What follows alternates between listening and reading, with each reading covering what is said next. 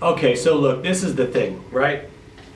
We're looking at this whole thing in a way that is able to work with us accessing our talent, right? We want to be able to access our talent. We want to be able to debrief ourselves after we've activated emotion. So we literally are like preparing our guts out. We're like literally working so that we can work to be able to get emotions activated, not just feelings, not just flittering feelings. We're not just in a situation where we're trying to catch an instinct. We're not there to try and catch the bus. We're there to actually have a feeling. We're there to have a deep, deep, deep feeling. We're there to have a deep enough feeling that it actually becomes an emotion. Okay? So then we're literally at that point focusing and bringing that emotion into our acting work. Right? This is what we do. This is what we do. We've got acting technique. This is the techniques that we're working to be able to add ourselves in every kind of state of emotions that we can explore, so that we can have wider range of talent. We can run the gamut in acting.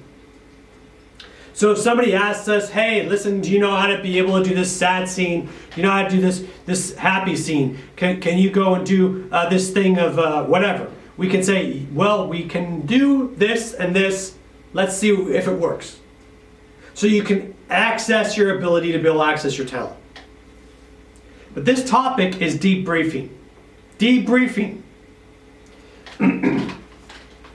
Now, you want to be able to debrief yourself in acting after you work.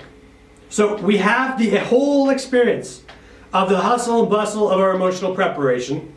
If we've been able to successfully actually activate our talent, we have activated our emotion, and that can have any type of result. It could be incredible result, right? And we have that alone, right? And then we also are adding to it the experience of receiving our partner. So let's say I'm doing some sort of emotional preparation on a couple of different famous plays that have to do with coming back and having every single thing in the apartment stolen except for a couple different things, right? And I then get into an argument with an imaginary wife, right? Hi, now look, if you're going to be an actor, you need to practice asking good acting questions. Please, every single thing that I do, I'm asking you very kindly, ask me questions. Leave comments, one question per comment, and that would be great. Thank you so much. This is key. I would absolutely have the emotion of working so that I would be completely exhausted.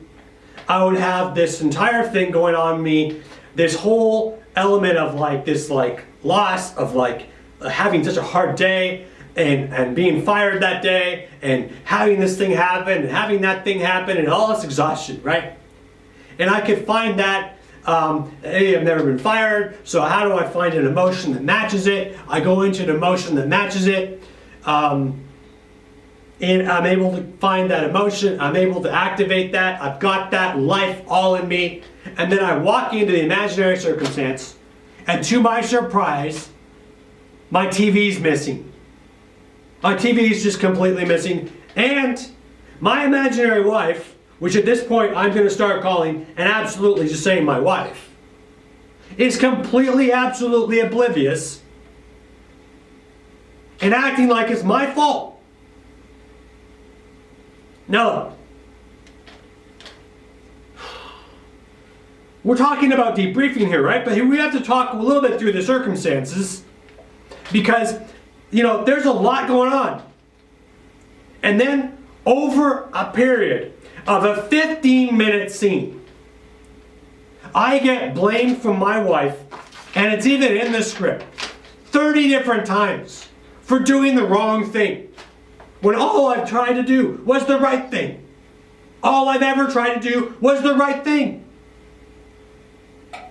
Now, can I absolutely find that in myself and put parts of that actually in my work?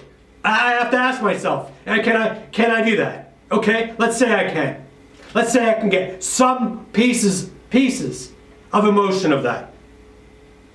I'm not just dealing with the debriefing of my emotional preparation.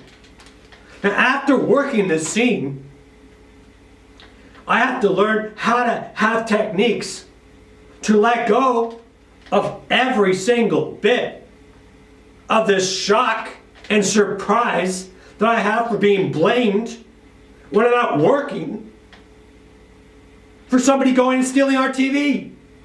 Do you get my point? So we're working with this whole construct of being able to debrief.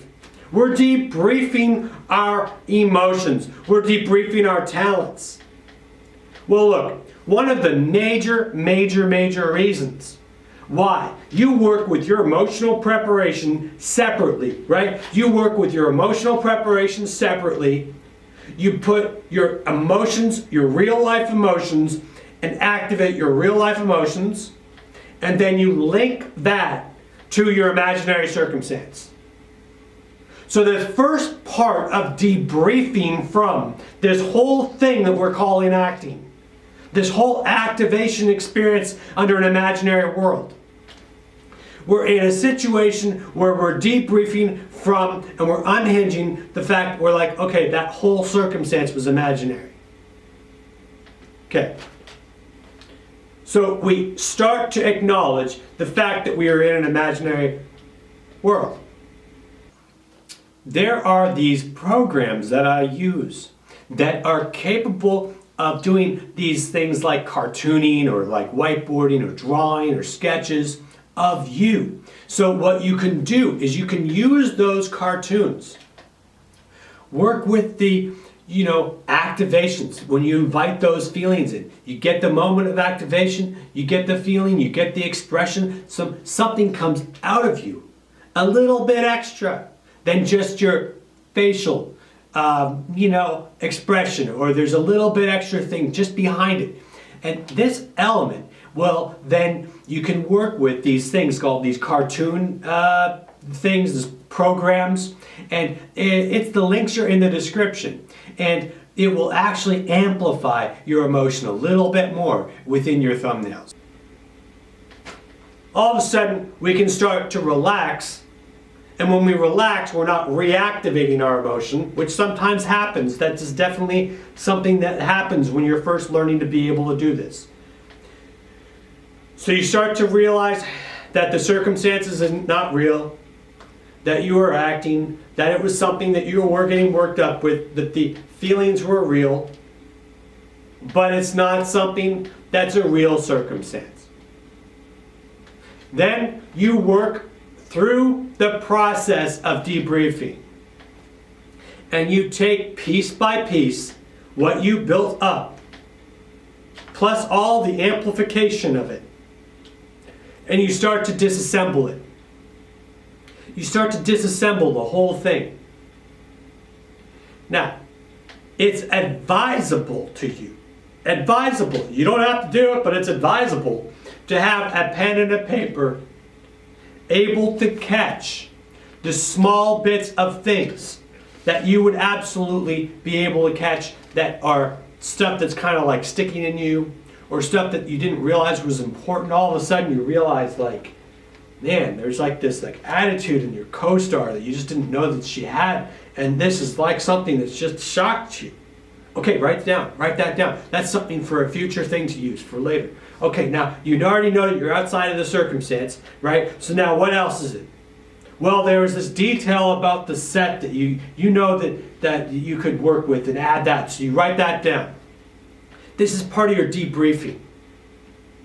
This is part of you honoring yourself as an artist and as a talent. So you're not like rushing out on the stage after the show goes and trying to meet all your friends. Hold on a second. Wait a second. Although I'm not putting that down. I'm just saying you've got to be able to work in some sort of schedule with yourself so that you debrief afterwards. And this is how professionals actually do it. Professionals dive into the emotional swimming pool of the imaginary world. And when they come out, they actually dry themselves off. They actually come out of the circumstance.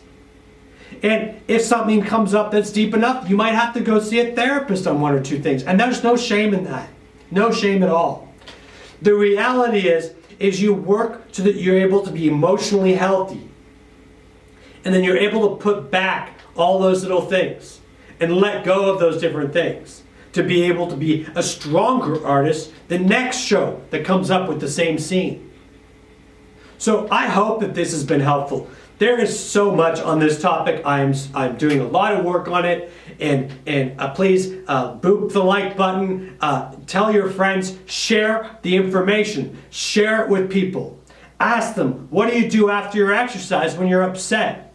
What do they do? Go home and kick their cat? Go and run tires in a parking lot? What do they do? Hopefully none of that stuff. Hopefully they work through a process where they're not expending their extra energy that they built up in their acting on nefarious things. Hopefully they're able to isolate and work with those components and actually unlayer the work that has built up that you've been able to build up. And that's what talent is. Talent is not only getting into a circumstance. Talent is being able to come out of the circumstance and still have a healthy life. So until next time, thank you very much. You know, working with talent is not working with somebody else's talent. It's working with the talents that are actually inside of you. So this is the reason why some people will say, well, they want to work with such and such an actor, or they want to work with this actor, because every single time those actors work, they're working from within themselves.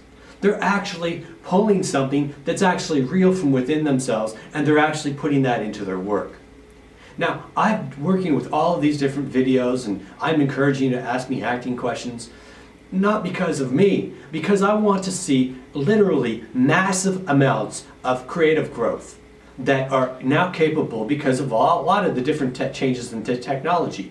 This technology that you have to be able to do creations and to be able to do videos and be able to set up studios in places that it would have taken a lot more effort to do in the past is now an opportunity for the next decade, maybe even two, where you can actually be able to really be able to work on your craft of acting and be able to have platforms to be able to release your talent.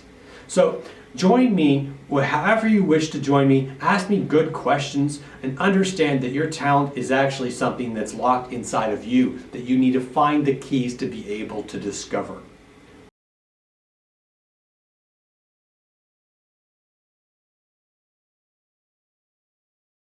Now look, we're at the end of the video, and I want to be very, very clear. I would be doing you a disservice if I didn't tell you this.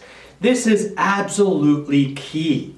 You want to be able to do this work, be very alive, very alert, very deep. You want to work with your emotions. It can be very jarring for your emotional life, right? You have all of these incredible experiences. But after you're done working, you absolutely need to learn techniques that get you to not have that being re-stimulated in your life, so that you can go and you can live your life. This is part of being a healthy artist, healthy actor. So I encourage you to explore my techniques and various different ways that you can get rid of your emotion after you're done working. You don't need your emotion anymore at that moment to be activated. You just need to be able to be free from it.